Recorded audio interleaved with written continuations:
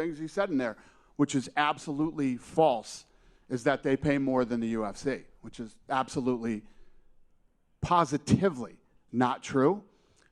But I do see them waste unbelievable amounts of money. And you can only waste unbelievable amounts of money for so long, no matter how much money somebody has. It's just, if you go in the dictionary and look up the word business, okay? There's business and then there's charities. I'm involved in both. I run a business and I do lots of things for charity. Most of these other guys are all running charities, not businesses. Has the UFC expressed any interest in possibly buying out Bellator?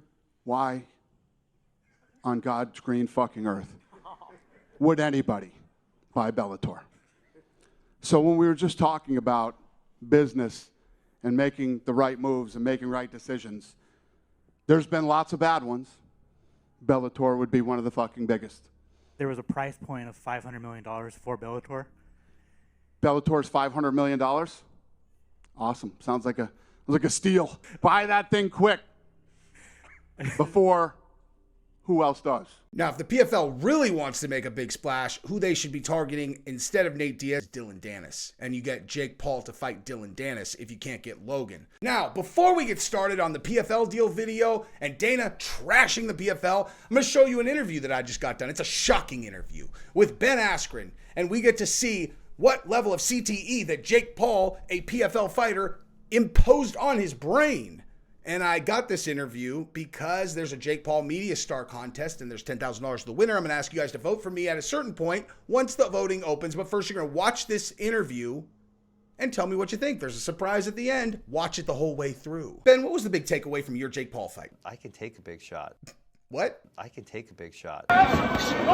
You got starched in 60 seconds. I appreciate it. Appreciate what? I mean, I don't even recall. Oh, so Jake broke your brain. A similar thing happened with George. Oh, I think everyone remembers that. Now, if I asked what it was about you that led to so much success in your MMA career, what would you say? One of the hottest guys. No, you're not. Yeah. No. Yeah. Fuck no. Be very funny. Are you being serious? Absolutely. They had a camera on me. There's a camera on you right this second. One of the hottest guys. No. Yeah. Okay. Yeah, some people warned me that there might be a significant amount of CTE after both George and Jake starched you. Is that what we're dealing with right now? Yeah. Okay, that makes a lot more sense. Was it humiliating getting knocked out by a YouTuber? Absolutely. Why do you think Jake chose you? They actually had footage of me. I can take a big shot. Oh, we're back to the I could take a shot thing. Where's that footage exactly? Because Jorge Masvidal took a decade off your life and Jake Paul apparently broke your brain. I mean, is it What? I mean, is it Oh, clearly your brain's working fine. Now, setting aside you being the hottest guy and your ability to take a shot, you were always exceptional at trash talk. Where'd you learn those skills? Cash me outside. How about that? You learned trash talk from a 13-year-old juvenile delinquent girl on Dr. Phil. Absolutely. Fun fact, did you know that her first month on OnlyFans, she made $18 million? Yeah. Catch me outside, how about that? Did you subscribe? Absolutely. You know, she launched the day after she turned 18. Would you have subscribed when she was 13? Absolutely. So it was love at first sight. Absolutely. When you found out she was 13, what was that like? I think I was pretty depressed. What? You don't remember specifics, you remember feelings. Your feelings for Bad Baby, aka the Cash Me Outside girl. Where you get it on? You're gonna get it on with Danielle Bregoli, the Cash Me Outside girl. Absolutely. Don't you have a wife and kids? It doesn't matter. Oh, I assure you it matters. No, not really. So I think I have bad news for you, man. She's more of a George Masvidal girl than a Ben Askren girl, I think. No. Wait, that story about you getting arrested, was that due to the Cash Me Outside girl? They actually had footage of me. Footage of you doing what? Cash me outside. How about that? They caught you outside of her house? Cash me outside. Are you quoting your girlfriend? Cash me outside. What's happening? Cash me outside. I can't tell if you're threatening me or having a sexual fantasy. Cash me outside. Ben. Cash me outside. Ben. Cash me outside. Okay, we're gonna wrap this up. Cash me outside. How about that? All right, gotcha. Hey, Ben, take a look at this while we take care of something over here. Danielle, since Ben Askren left his wife and children for you, there's been a media firestorm. I appreciate you sitting down so you can give us your side of the story. All these hoes laughing like something funny. You understand why this is so hilarious, yeah? Yeah. Right, because Ben Askren was a professional and family man, and then he got punched in the face so hard by Jake Paul that he left his family for a 13-year-old whose tagline is, "Cash me outside, how about that?" I appreciate your enthusiasm, but I think you don't really understand why this is so funny. Danielle, what do you think it was about you that made you so seductive to Ben in the first place? I don't behave, I'm disrespectful. I steal cars. I ain't gonna lie, there's no reason to lie. Everybody know already, like. Now, what if I told you I'm from the future and that in 5 short years, you're going to make $50 million in a single year selling photos of yourself in a bikini online? Would that make you want to trigger a thermonuclear war so that we can take civilization back to scratch and start over? Yeah. Me too. Now, if you wanted to be the catalyst of World War III, what would you say to Vladimir Putin to get him to nuke us first? Catch me outside, how about that? All joking aside, I think he really might nuke us if you said that to him. You asking for it. Wow, you really are a little firecracker. I can see why Ben made the choice that he did. What would you say if I asked you if I could take you out sometime? Yeah. Oh, that was a joke. I would never take you out, you ghetto little skank. You're 13 years old and you don't even speak English. Catch me outside, how about that? Wait, I hear something. Is that your dad calling you, Danielle? Oh, wait. Never mind. Catch me outside. Oh, what, you think that you could just say that and that's like the #1 comeback ever? You just keep saying it and that somehow makes you win? Catch me outside. Well, you know what? You're a home wrecker and a very bad girl. Catch me outside. Okay, stop saying that. Catch me outside. Stop it. Catch me outside. I don't like that. Stop. Catch me outside. All right. You might be a little smarter than I gave you credit for. You don't leave your keys in someone's room when they've stolen cars before. I really think you and Ben have a bright future together. But just to play devil's advocate, would you be up to break Ben's heart if, let's say, George Masvidal wanted to take you out on the town? Yeah. Told you guys. Now, if you thought that was funny, comment your favorite line from the interview in the comments. Do it now. Okay, serious question. Did you laugh at that?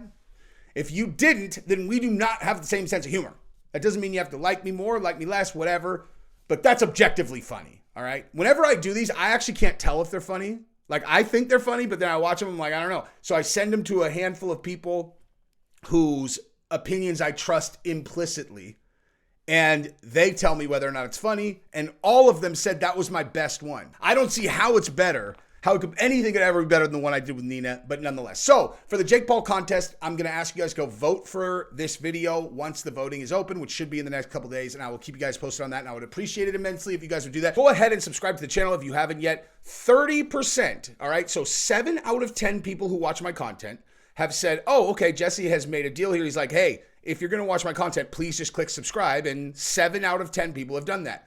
3 out of 10, the minority, are going, no. And you're like, why not? It's literally free. I just ask that you subscribe to the channel if you're going to watch it. So, like, why do you want to be in the 30% versus the 70% that are like, okay, cool, we're handshaking it. I'm a person who lives up to a handshake. So if you have not done that yet, go ahead and subscribe. I appreciate that very much. And like the video, regardless of which group you're in. If you could like this video, that'll help me with the algorithm. And I appreciate you guys very much. Leave a comment, tell me what you think, and also go check out the sponsor of this video, Yo Kratom. $60 kilograms. I just got a huge shipment from them that's going to last me a couple months. It gets here in 2 days. They have a lot of strains. Yo Kratom. It's the best source for bulk kratom on the internet. YoKratom.com. Give them a look. All right, so let's start with the PFL deal. So here is Don Davis, all right? He's speaking to Ariel, and he's talking about some things related to this deal. First thing I just want to show you this guy talking for a second. I honestly am not even going to queue up anything in specific. I just want to show, I like this guy.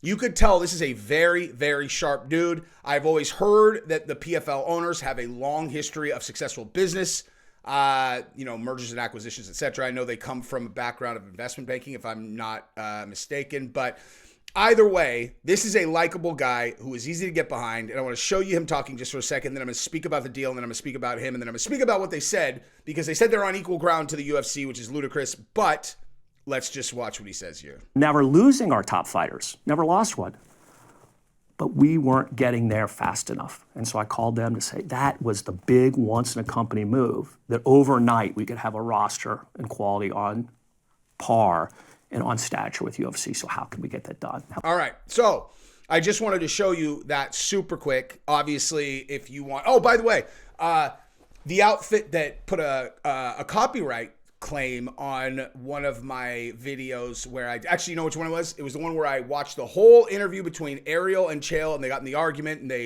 I got an MMA Hour copyright claim against me. Guess who won that? I disputed it. Guess who won? Me. I won.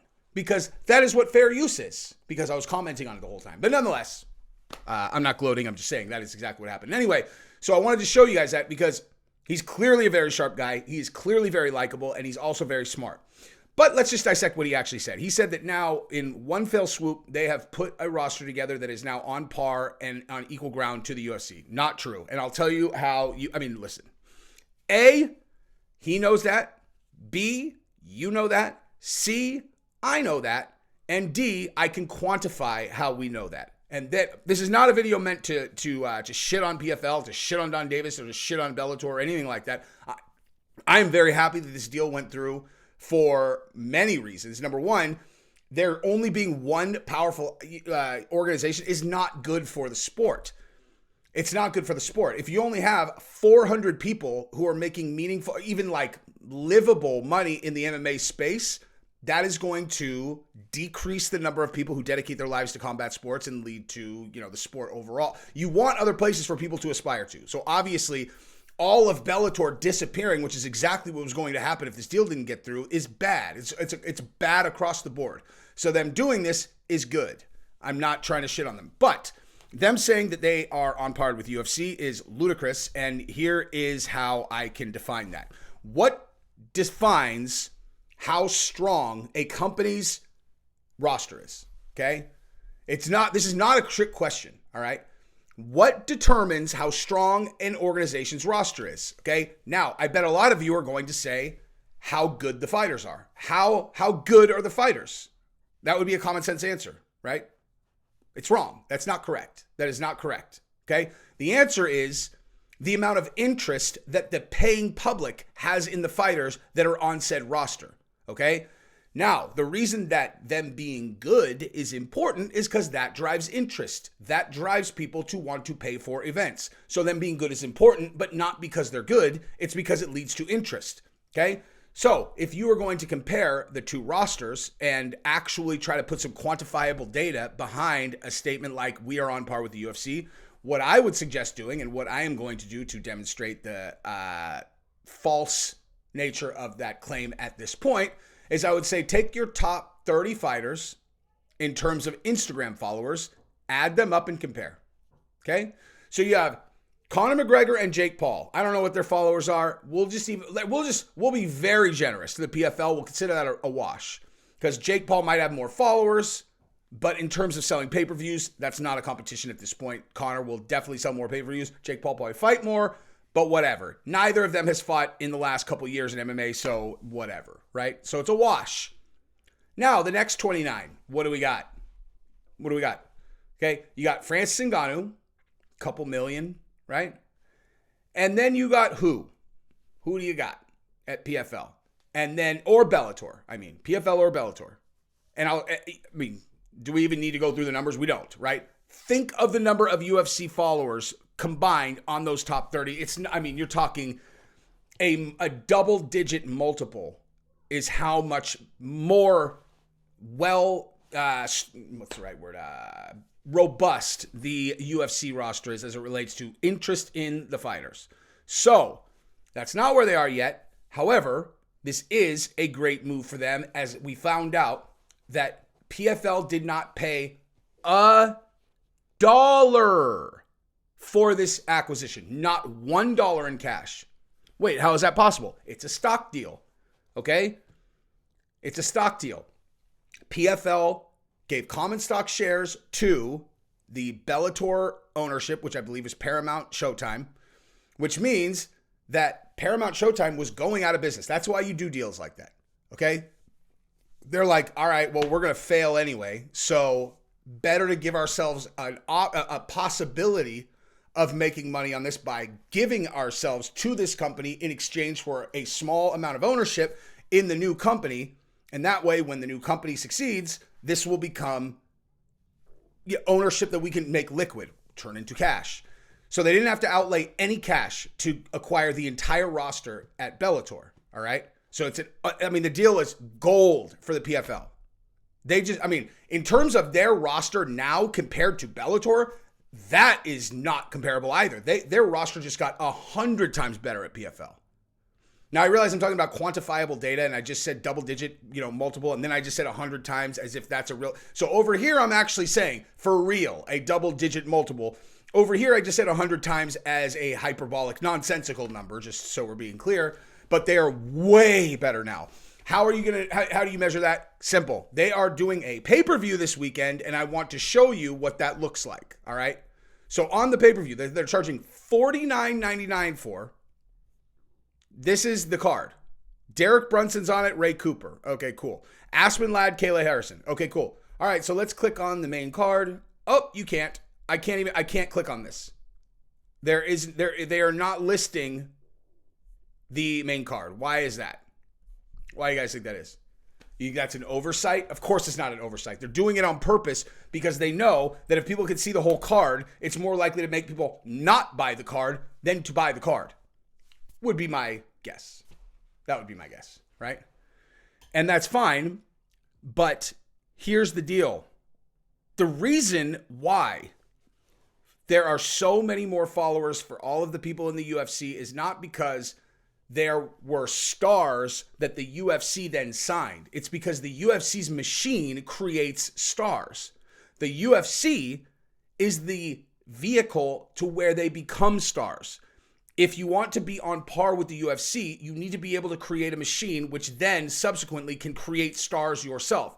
Otherwise, you're going to be in the exact same position as every other MMA fight, company that's ever been there, which is you acquire the dropouts from UFC. Every once in a while, you might have a miracle situation like a Francis Ngannou, or you make it super clear that you are overpaying for fighters on a level that is out of this world, to where fighters will try to get out of their contract so that they can come to PFL and get this extra money. But that's not really a great long. You have to create a vehicle where you can create stars yourselves. How are they going to do that? You need big fights with big fighters. So the fact that you got Bellator, that's great. On the Bellator roster, are there any people that really can drive a pay-per-view on their own? No, there's not. Okay? And that's nothing against any of these guys. You know, Fabrice, Pitbull, you got Michael Page. You got a lot of guys that are very good fighters, but they can't drive a pay-per-view on their own. They can't do it. There's not anyone big enough, right? What you need is you need to try to get Nate Diaz to come fight against Jake Paul. Or if I am running the PFL, and if anybody knows Don Davis, this would be my suggestion to Don Davis. You break the bank in order to get Logan Paul to sign a deal with you and Dylan Dennis, and you pay whatever you have to get the two of them to fight in PFL in your cage in an MMA fight. That's the kind of thing that can get things going, because guess what happens? Everyone watches that fight. And then the fighters on the undercard, or the other fighters on the main event card, people are going to remember.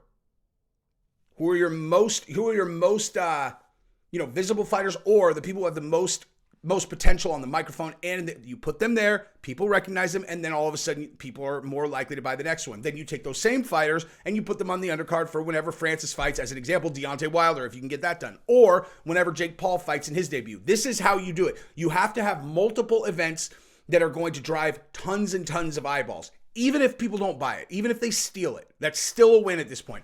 Every single company loses tons of money before they start making money. That's just the way it is. He knows that better than I do.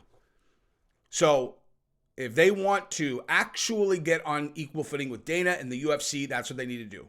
Okay, so what did Dana say about this?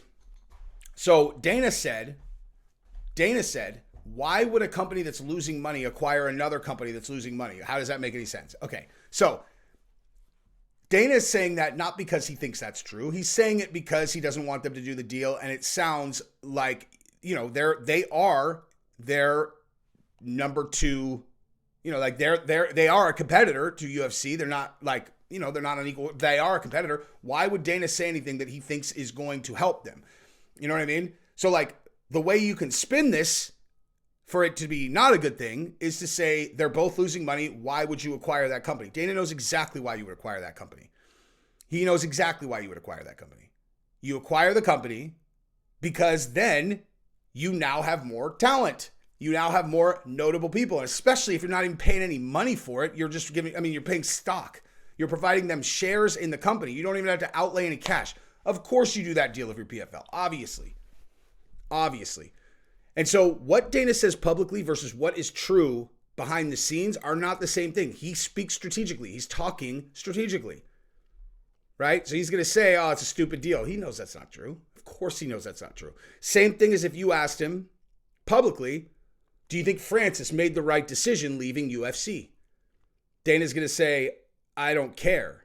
Or, no, he should have fought in UFC if he wanted to fight against the best guys, yada, yada, yada. Dude, if you're Dana's friend, if you're a friend of Dana's, where he's not doing PR and he's speaking to you candidly, he is going to be honest with you. He's going to be like, well, of course he made the right decision. Look at where he's at. Look at where he's at. Have you guys ever heard the story about Matt Mitrione, where Matt Mitrione left the UFC, went to Bellator, after a contract negotiation there, whatever, went to Bellator, got paid a lot more money. He saw Dana in a club, flipped him off, and Dana was like, get over here, dude. He's like, what are you flipping me off about? And Matt's like, oh, no. And Dana's like, dude, don't quote me on this, but listen, man, you played a leverage position, you won. Congratulations. Okay? This is all poker. This is all negotiations. What is said publicly is not real unless saying what is real is going to benefit the corporation which you are in charge of driving revenue and growth for. You know what I mean? So ultimately, this is a big deal for PFL. Doesn't have much of a threat for UFC at the current state, but if they have a lot of money and they have a lot of years to try to make this, start to push, who knows? You know what I mean? Dylan Dennis and Logan Paul sold 1.3 million buys. I mean, that is an enormous number. You should pay whatever you have to go get those guys and establish the fact that your organization can drive pay-per-view buys, even if you're losing the money on them, initially. So those are my thoughts on that. And congratulations to PFL. Like I said, I think Don Davis seems really sharp. Seems like a good guy to work for. And I wish them the best, and I wish UFC the best, obviously. So that's what it is. Now, moving over to the Francis Ngannou and Tyson Fury situation, right? So, look at this, right? Look at this comment from Fury's promoter, Frank Warren, right? So he says, I think there's a good chance of that happening. I do. Okay, awesome. Great. And this is what I was talking about that, again, about bullshit, right? So let's just read this real quick. In general, he says, I don't know if it'll be next for Fury. It's like jumping too far forward. Let's get the big one with Usyk on February 17th out of the way, and then we'll see where that goes. But I do think it'll happen. Tyson told me he wants a rematch. We know Francis wants it, yada, yada, yada. Okay. So the only part about this is such ridiculous bullshit, just in the way that people speak, is this one, right? I don't know if that's next. Yeah, you do. You absolutely know whether that's next. Is it next? Well, no. Right, so you know. You said you don't know. Right, well, maybe I was just saying I don't know if it's next. You're like, yeah, but you do know that it's not next. So what are you talking about? It's like doublespeak is so naturally ingrained in this kind of business because you want to leave your options open. That's what that is, right? It's not like some kind of nefarious thing. It's the difference between lies and bullshit. You know what I mean? Lying and bullshit versus maybe strategic bullshit are different. Basically, here's all I'm going to say about Francis relating to this entire thing is Don, he literally said in this interview with Ariel that they don't have anything interesting for Francis. I don't really understand why, why he said that, but he said it, and I don't know. It's bottom line, Francis's entire world changed over the last 12 months. He gets out of his UFC contract. He signs with PFL. He goes and he's going to fight Tyson Fury. It didn't sell because everyone thought that they knew the outcome of the fight. If you already know the outcome of the fight, there's no reason to watch. And if they haven't put on a compelling enough show with a compelling enough story, then you're not going to pay for it either. So now, though, things have changed for Francis. It was such a shocking and emotional moment when he did what he did with Tyson Fury that I believe he will be a draw in the future. I'm not convinced he will be a draw in PFL. I am convinced he will be a draw in boxing if he fights against Deontay Wilder, Tyson Fury, or Anthony Joshua. But if PFL does not get Deontay Wilder, I just don't really know, you know what I mean? What do they do with him? But as it relates to Tyson Fury, Do you understand how much stuff could happen between now and when Tyson Fury is ready to fight Francis Ngannou? You're talking like 18 months minimum. Minimum. If Francis doesn't do anything for 18 months, the interest goes away. PFL doesn't have anything for him. He has to find another guy to fight. You know what I mean? Like, he has to find another guy to fight. Andrew Ruiz, I like that fight. It won't sell as well as the others, but like Anthony Joshua and Deontay Wilder are already fighting on the same card. You know, like, and I guess you could make a moderately safe assumption that if they both win, they're probably going to look to make those two guys fight. Because I don't assume that other people, just because they're in the fight business, have the same instincts as me. Now, I could be wrong. But Francis's fight with Tyson Fury sold very, very, like, it didn't do well. There's just no denying that. I think I think the next one will do really well. But it's still hypothetical because the last one didn't. So if I look at the people who are going to actually put money behind this, I don't know, dude. You know what I mean? I just don't know how confident they will feel. I don't even know how confident I feel. I feel pretty confident that it's going to sell really well, but I'm basing that on instinct and the fact that everyone had such an emotional reaction watching the Tyson Fury fight, but who knows? I don't feel confident that he's going to get another boxing match anytime soon because Deontay and Anthony Joshua are both tied up, and then how's PFL going to get one of those guys to fight in? There's no other meaningful heavyweights in MMA, you know? So, I don't know, dude. It's a tough situation. I mean, you get like Ryan Bader to fight Francis Ngannou. You think that's going to sell? It's not. No offense to Ryan Bader. It's just not. You need Deontay Wilder. You need a reason for us to be curious. That is my opinion on that. I am going to leave it at that. I love you guys very much, and thank you for watching. Peace.